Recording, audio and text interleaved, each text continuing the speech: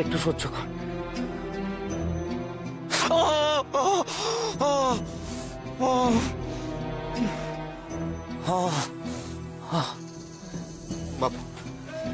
বাবা আপনি দেখুন, ওর কষ্টটা দেখুন একবার, ওর যন্ত্রণাটা দেখুন। ও তো আপনার ছাত্র, ওর এই কষ্ট দেখেও আপনি বলবেন চুপ করে থাকতে? আমরা এখনো চুপ করে থাকবো? এত করে বারণ করলাম সুশীল, তবু কেন গেলি বলতো? কেন গেলি? ছোটবেলায় স্কুলে বেতের ঘা খাসনি বুঝি? কত কষ্ট এতে বুঝিসনি? তবু কেন গেলি বল? কি করবো হেমদা, অরবিন্দটাকে ওই অবস্থায় দেখে আমি নিজেকে ঠিক রাখতে পারিনি। হেমদা, আর সুশীলের সাথে যা ঘটলো সেটা কি একজন কাজের কাজ? এমন কাজ তো কসাইরা করে, আর ওই কিংসফোর্ড লোকটাই তো কসাই কাজই। হেমদা, আমরা কোনো উত্তর দেব না? নিশ্চয়ই না, সেটা নিশ্চয়ই হঠকারিতা হবে, তাই তো হেমদা? ওরা দিনের পর দিন আমাদের মেরে যাবে, আর একদিন আমরা মার খেতে খেতে মরে যাব। সেটাই বিচক্ষণের মতন কাজ হবে, তাই তো? আমি তোমার রাগের কারণ বুঝিই পারি না। আমায় ভুল বুঝো না। অরবিন্দ বাবু সব সময় বলেন, আবেগে ভেসে শহীদ হওয়ায় কোনো গর্ব নেই, বরঞ্চ ইংরেজদের এইটা বুঝিয়ে দেওয়ায় গর্ব যে আমরা তাদের আধিপত্য মেনে নেব না। আর সেই জন্যই মধ্যে আপনারা শেষদার উপর আমার প্রচন্ড রাগ হয়। আপনারাই তো বলেন অন্যায় সহ্য না করতে, কিন্তু যখন সময় আসে তখন আপনারা বলেন চুপ করে থাকতে। কেন বলেন? আমরা কেন চুপ করে থাকবো? কেন সবকিছু সহ্য করব? আপনি এবার অনুমতি দিন হেমদা। তোমরা কেন এরকম করছো বলো তো? পরিস্থিতিটা একটু বোঝো, বোঝার চেষ্টা করো। আমরা এখন লুকিয়ে রয়েছি, পুলিশ আমাদের খুঁজছে, আর ওদিকে অরবিন্দ বাবুর কেসের কি শুনানি হলো সেটাও আমরা জানি না। শ্রী বিপিন চন্দ্র পাল মহাশয়কে প্রকাশক হিসেবে সাক্ষী দেওয়ার জন্য ডাকা হয়েছিল।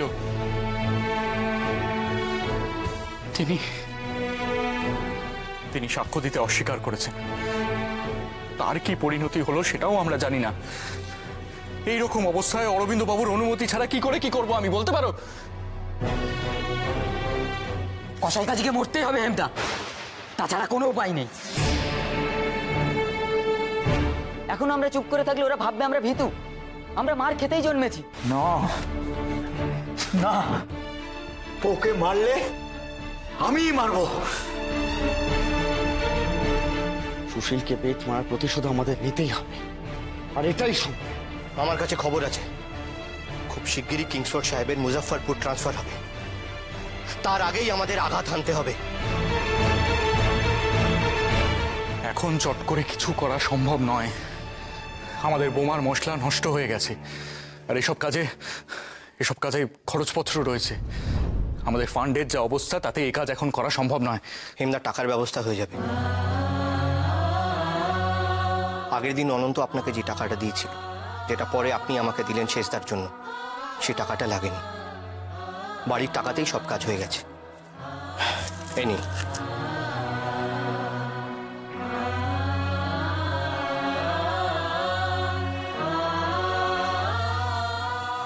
আর অনন্ত, অনুপমাকে বলো তার হাতে বোমার মশলা নষ্ট হয়েছে বলে সে যেন গুটিয়ে না থাকে। ওকে বলো যে তার দেওয়া টাকা দিয়ে আমরা নতুন করে বোমার মশলা তৈরি করব, আর সেই বোমা দিয়েই ওই কসাই কাজীকে আমরা মারব।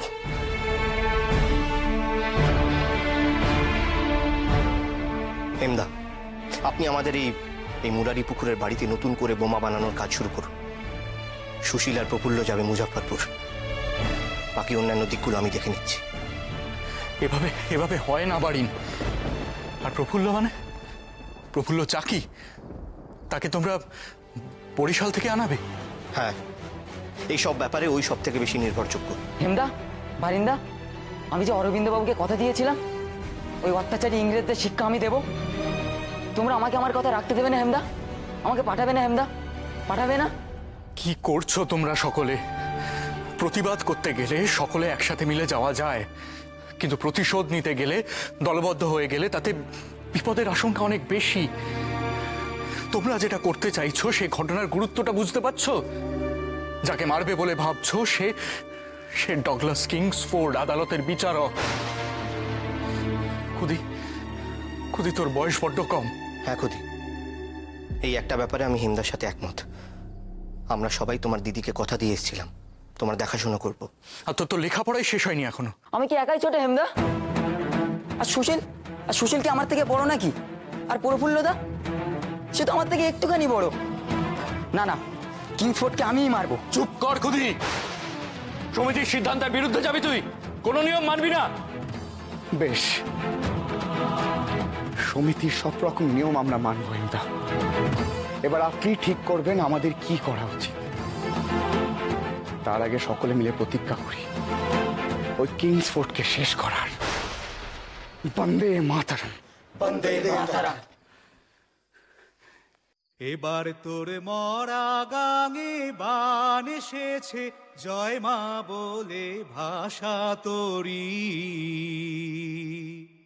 এবার তোর মরা গাঙে বান এসেছে, জয় মা বলে ভাষা তোরি।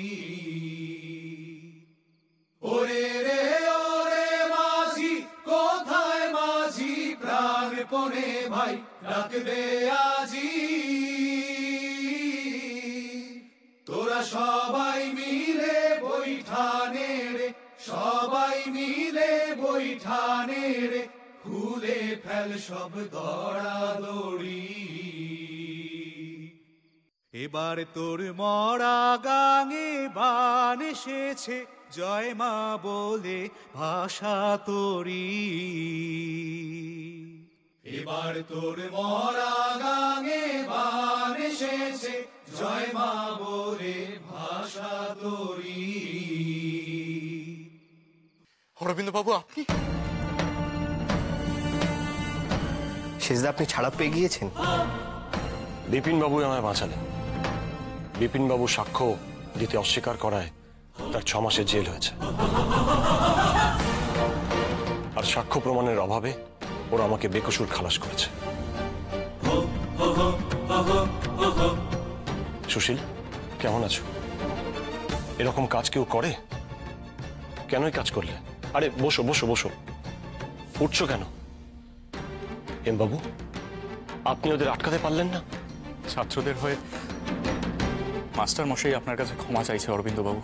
হেমদা আমাদের অনেকবার বারণ করেছিলেন অরবিন্দদা, আপনি রাগ করবেন এ কথাও হেমদা বলেছিলেন, কিন্তু আমি আপনাকে ওভাবে নিয়ে যেতে দেখে আর নিজেকে ঠিক রাখতে পারিনি, তাই অনন্তদার হাত ছাড়িয়ে চলে গিয়েছিলাম।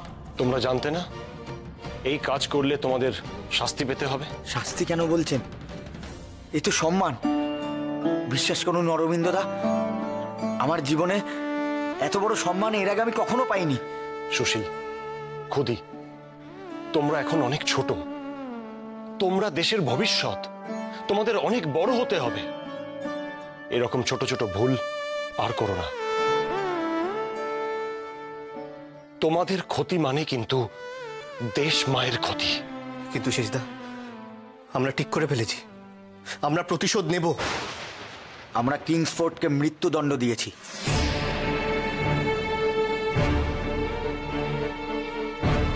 উনি মুজফ্ফরপুরে খুব শিগগিরই রওনা হবেন, আর আমরা ওখানে গিয়ে ওই কসাই কাজীকে মারব।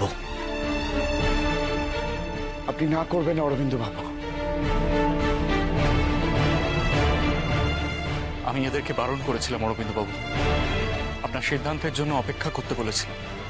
যে নৃশংস কসাই এভাবে বেত মারার হুকুম দেয় তার মৃত্যুদণ্ডই হওয়া উচিত।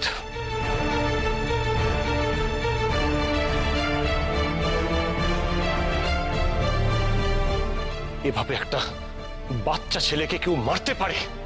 ছি!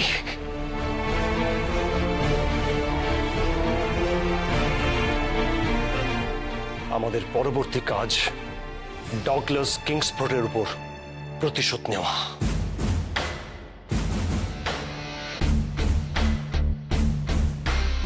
ক্ষমতা দেখাতে গিয়ে বড় ভুল করলো ওরা। ওরা জানে না একটা সুশীলকে বেত মেরে ওরা হাজারো সুশীলের জন্ম দিল।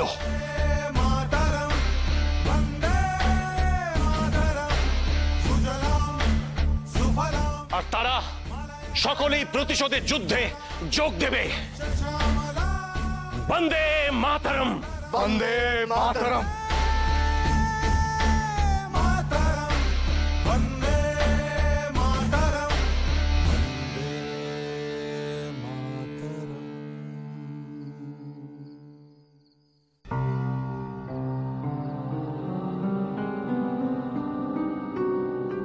একখানা কথা বল দেখে সুভাষ,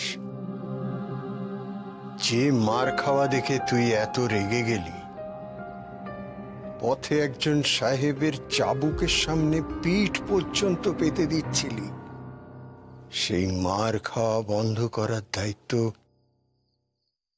তুই নিবি? আমি দায়িত্ব নেব? আমি পারবো? তোর মধ্যেই তো আমি সম্ভাবনা দেখছি সুভাষ।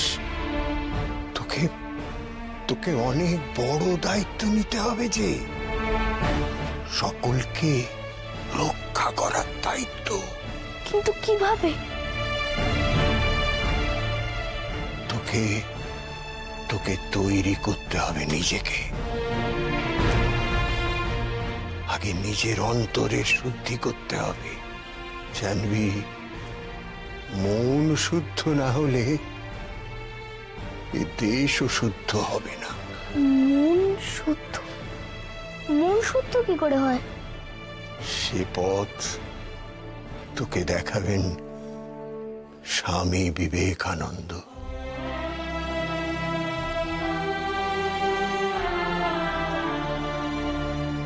পড় এই বইখানা।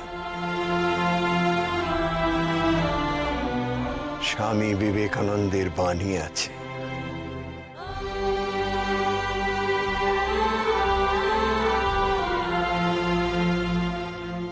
বাংলায় লেখা? আমি তো বাংলাটা ভালো পড়তে পারি না, কি করে পড়বো তাহলে আমি? নিজের মাতৃভাষা জানিস না?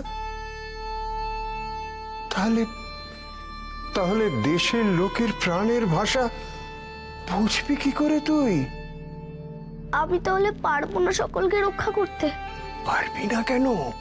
পারবি। দেখ দেখ, ভারত মাতা তাকিয়ে আছে তোর মতো বীর সন্তানদের দিকে। পারতে হবে তোকে। তোকে বাংলা শিখতে হবে, সংস্কৃত শিখতে হবে, দেশের মানুষের মন বুঝতে হবে তোকে।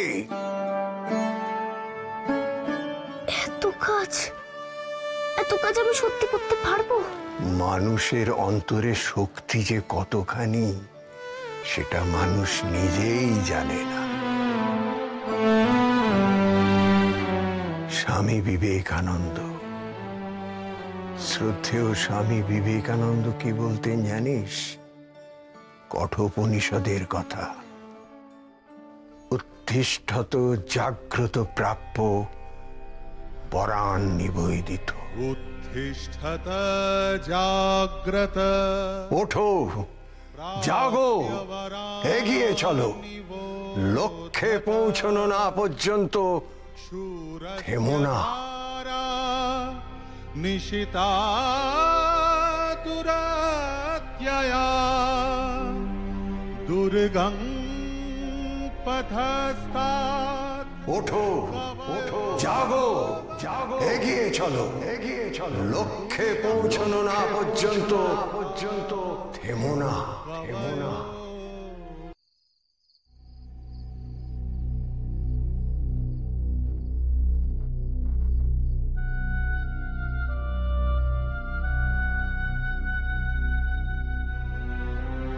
দিদি, আশ্রম থেকে একজন এসছে। না না, এখন কোনো দান ধ্যান করতে পারবো না। কমলের মা, তুমি ওনাকে বলোনি বাড়িতে এত বড় একটা বিপদ হয়েছে? আপনি পরে আসুন। না না, আমি এখানে দানের টাকা চাইতে আসিনি। আসলে এইবারেরই ছেলে সুভাষ। সুভাষ? সুভাষ কোথায় আছে? সুভাষ, আপনি জানেন সুভাষ কোথায় আছে? আগে এই চিঠিটা। চিঠি? বড়দিদি, ছোট করি, তাড়াতাড়ি এসো। কোথায় আছো তোমরা? সুভাষের খবর পাওয়া গেছে। সুভাষ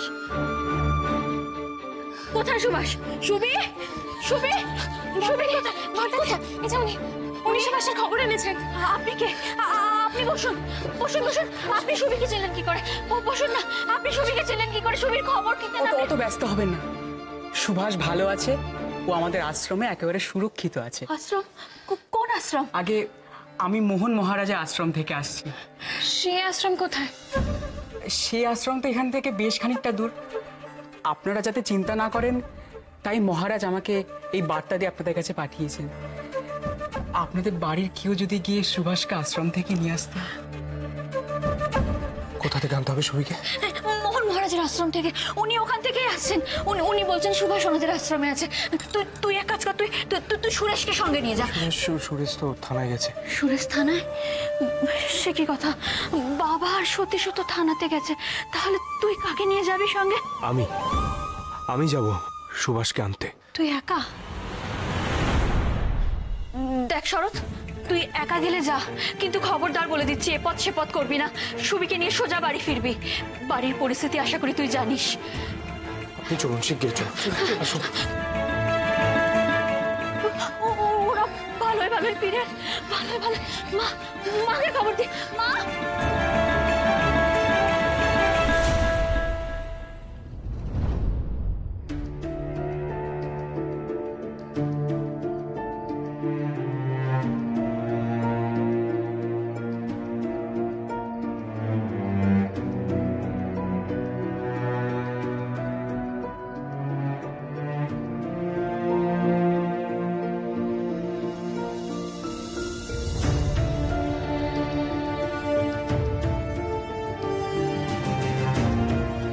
একে বলে মনোসংযোগ করা।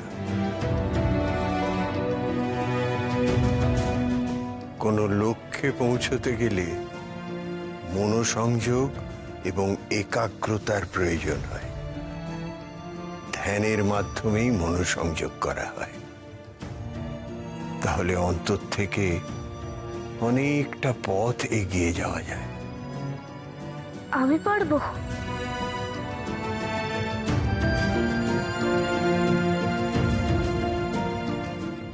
প্রদীপটা জ্বলছে দেখছিস?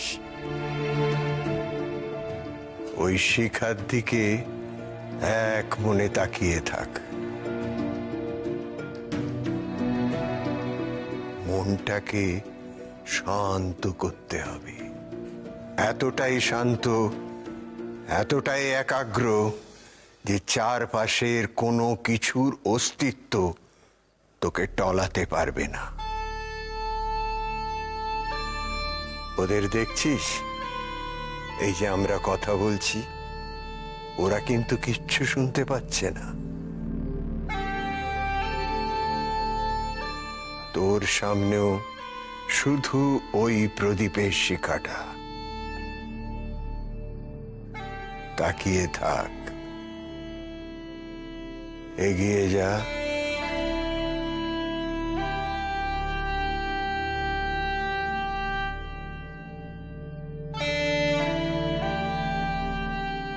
বস ওখানে।